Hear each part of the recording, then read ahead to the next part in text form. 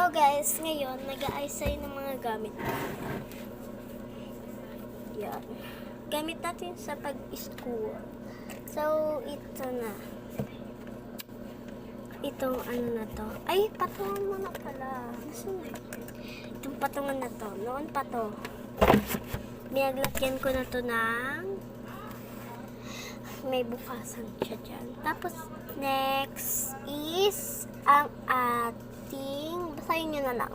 Ayan o. Tapos ito. Yan.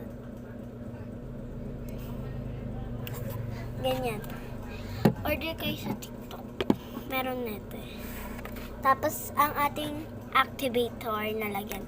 Tuturuan ko kayo guys kung paano magawa ng activator. Kasi, una, kumuha kayo ng mangkok. Maliit lang. Tapos, maglagay kayo ng unting water. Tapos, unting asin. Powder. Maraming unting, parang ganito lang na powder. Yan, ganyan. Parang ganyan. Tapos, halu-haluin nyo hanggang mawala yung buo-buo na sabon. Tsaka, maging para siyang pabango. Tapos, pag magagawa na kayo ng slime, gagana yun guys, promise. So, ito pala ang ating pencil case. Tapos, ayan, ating notebook na to. Ito. Lagyan na ng ano yan. Lapis din. Tapos, itong ating pangtasa. Violet kasi paborito ko yung violet. Gusto ko din yung kuromi guys.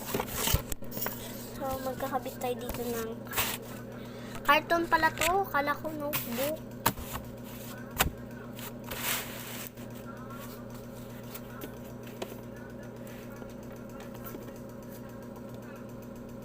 Yan.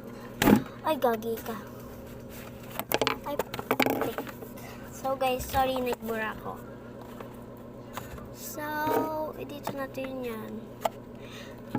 Wow. Next. Comment sa part 2. Bye-bye guys.